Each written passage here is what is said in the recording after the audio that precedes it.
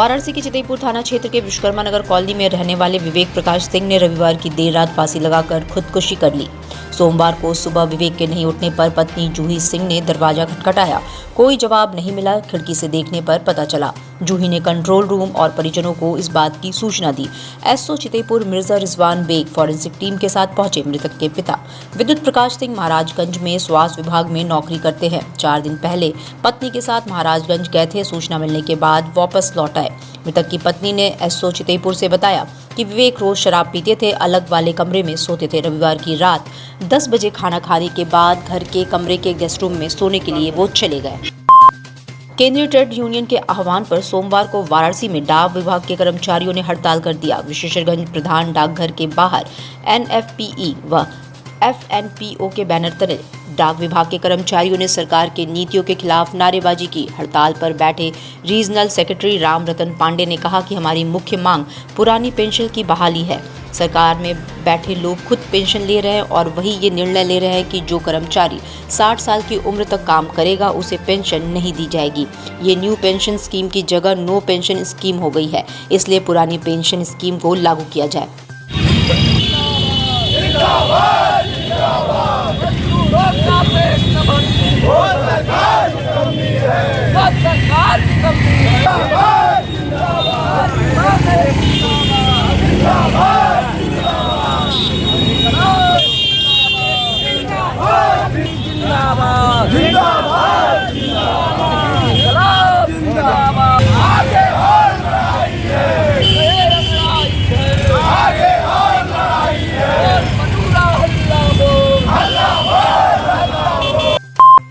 सरकार की नीतियों के विरोध में केंद्रीय ट्रेड यूनियनों के संयुक्त मंच और विभिन्न क्षेत्रों के स्वतंत्र श्रमिक संघों ने 28 और 29 मार्च को हड़ताल का आह्वान किया है। इनकी मांगों में श्रम संहिता को समाप्त करना, किसी भी प्रकार के निजीकरण को रोकना आदि शामिल है। इस हड़ताल में all India bank employees association भी शामिल है। इस हड़ताल के पहले दिन सोमवार को वाराणसी में India bank, bank of Baroda सहित कई बैंक में हड़ताल दिखी। बैंककर्मी सीके त्रिपाठी ने बताया कि हम लोग सरकार की कर्मचारी विरोध नीतियों से काफी प्रभावित हैं। निजीकरण के नाम पर जिस तरह से हमारा दोहन हो रहा है वह असहनीय है।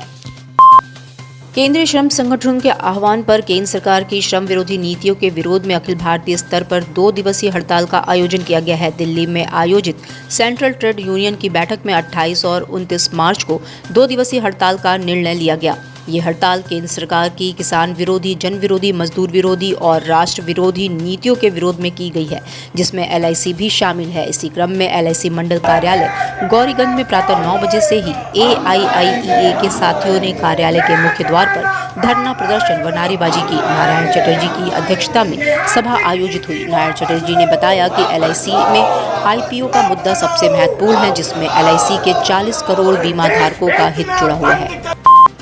वाराणसी के Kashi zone DCP RS Gautam ने सोमवार को कोतवाली परिसर में स्थित महिला थाने का वार्षिक निरीक्षण किया। निरीक्षण के बाद डीसीपी काशी जोन ने महिला थाने की पुलिस कर्मियों संग एक गोष्ठी की और उस दौरान पुलिस कर्मियों की समस्याओं को जाना और उसके निस्तारण के लिए संबंधितों को निर्देश दिया। महिला थाने पहुंचे डीसीपी काशी जोन को सलामी दी गई। इसके बाद उन्होंने थाना परिसर में भ्रमण किया। महिला थाने की प्रभारी और हेड मुहर्रीर को थाना परिसर में साफ सफाई रखने का निर्देश दिया। इसके अलावा उन्होंने थाने के अभिलेखों, रजिस्टर इत्यादि को चेक किया गया तथा थाने पर नियुक्त महिला सब इंस्पेक्टर और कांस्टेबल की गोष्ठी की और उनकी समस्याओं के बारे में जाना। विश्वविद्यालय अनुदान आयोग ने सभी विश्वविद्यालयों के कुलपतियों, निदेशकों और कॉलेज प्राचार्यों को एक सर्कुलर भेजा है। इस सर्कुलर यानी परिपत्र में यूजीसी की ओर से स्नातक स्तरीय पाठ्यक्रमों में दाखिले के लिए common university entrance test score प्रक्रिया अपनाने को कहा गया है, ताकि विद्यार्थियों को अलग अलग विश्वविद्यालयों में दाखिल के लिए अलग अलग परीक्षा देने की चिंता नहीं करनी पड़े। इस सर्कुलर के बाद कई छात्र संगठनों ने इस पर हर्ष जाहिर कर यूजीसी को धन्यवाद दिया है। इसी क्रम में अखिल भारतीय विद्यार्थी परिषद के राष्ट्रीय महामंत्री निधि त्रिपाठी ने इस फैसले का अखिल भारतीय विद्यार्थी परिषद की तरफ से स्वागत किया है। आज प्रेस कॉन्फ्रेंस का आयोजन किया जा रहा है। जैसा कि दीदी ने बताया कि जो सीयूईटी का एक विषय हम सबके सामने आया, सेंट्रल यूनिवर्सिटीज एंट्रेंस टेस्ट, तो इसको लेकर अखिल भारतीय विद्यार्थी परिषद लंबे समय से इसकी मांग सरकार से कर रहा था, जिसको सरकार ने कहीं ना कहीं मानते हुए जो शहर में लोगों को स्वच्छता के प्रति जागरूक करने के लिए नगर निगम ने एक और नई पहल की है। नगर निगम ने वाराणसी की 6 विभूतियों को स्वच्छता दूत नामित किया है। इन 6 विभूतियों में शास्त्रीय संगीतज्ञ, चिकित्सक क्षेत्र समेत सामाजिक कार्यकर्ता को शामिल किया गया है। इन 6 विभूतियों में शास्त्रीय संगीतज्ञ और पद्म विभूषण से सम्मानित पंडित छन्नूलाल मिश्र, शास्त्रीय संगीतज्ञ और पद्म भूषण से सम्मानित पंडित साजन मिश्र, चिकित्सा क्षेत्र के प्रतिष्ठित चिकित्सक Padmashri doctor Kamlakar Tripathi, Arjun awardee Olympian Lalit Upadhyay, सामाजिक कार्यकर्ता दीपक अस्थाना और क्षय मुक्त काशी के संयोजक अनिल कुमार जैन को शामिल किया गया है।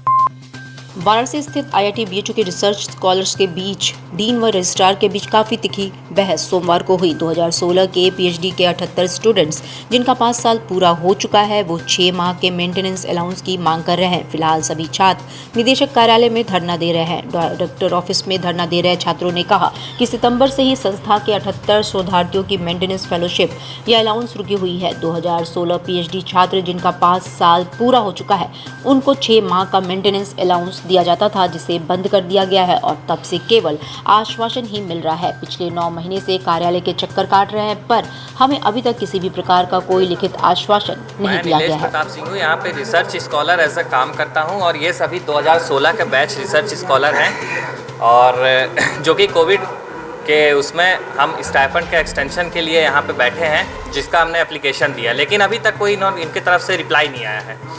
अब 9 महीने हो चुके हैं और अभी भी हम रिप्लाई के वेट में बैठे हुए हैं और इससे पहले बैच को भी मिला हुआ है और हम भी इनसे चाहते हैं कि पॉजिटिव रिस्पांस कुछ लिखित में इन लोग या रिप्लाई दें हमें पॉजिटिव, लेकिन इनके तरफ से अभी तक ऐसा कुछ भी नहीं हुआ है।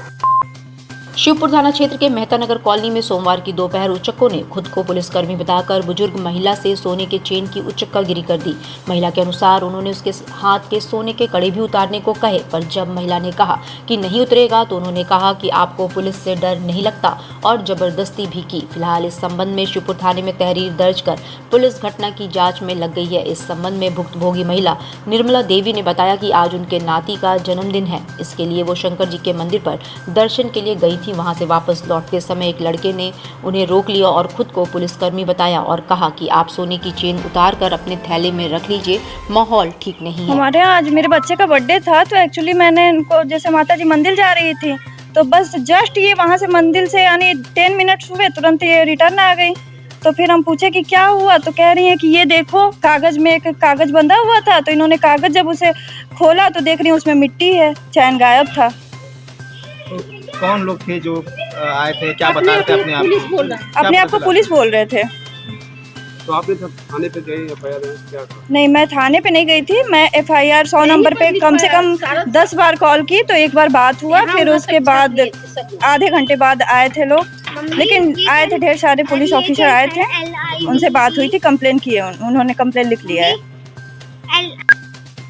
वाराणसी में कोविड-19 संक्रमण के प्रबंधन की तैयारियों को लेकर राज्य स्तर से प्राप्त निर्देशानुसार सोमवार को फुल रिहर्सल जनपद के 6 सामुदायिक स्वास्थ्य केंद्रों सहित BHU medical college, Pandit Deendayal Upadhyay राजकीय चिकित्सालय में किया गया। इस क्रम में पंडित दीनदयाल उपाध्याय राजकीय चिकित्सालय में महानिदेशालय चिकित्सा स्वास्थ्य सेवा लखनऊ के द्वारा नामित संयुक्त निदेशक डॉक्टर MP सिंह ने चिकित्सा अधीक्षक डॉक्टर RK सिंह की उपस्थिति में कोविड संक्रमण के प्रबंधन की तैयारियों का हाल जाना और संपूर्ण पूर्वाभ्यास का निरीक्षण भी किया। संक्रमण के प्रबंधन की तैयारियां कितनी पुख्ता है, इसका जायजा लेने के लिए ग्रामीण क्षेत्र के एक डमी व्यक्ति ने 108 नंबर पर फोन कर बताया कि उसके बच्चे को सांस लेने में परेशानी हो रही है और वो चल भी नहीं पा रहा। सूचना के 13 मिनट के भीतर ही एम्बुलेंस उस व्यक्ति के बताए हुए पते पर पहुंच गई और उसके बच्चे को सामुदायिक स्वास्थ्य केंद्र चोलापुर ले जाया गया। आराम से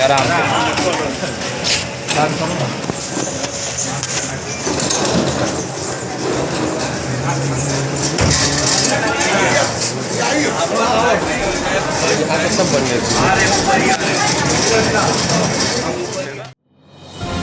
डिजिटल इंडिया का digital new platform live VNS पिछले 7 वर्षों से बनारस की सेवा में। पाइए बनारस के कोने कोने की खबर निष्पक्षता के साथ लाइव VNS से। बनारस की ताज़ा तरीन खबरों के लिए प्ले स्टोर से डाउनलोड कीजिए लाइव VNS ऐप या फॉलो कीजिए लाइव VNS को सोशल मीडिया पर।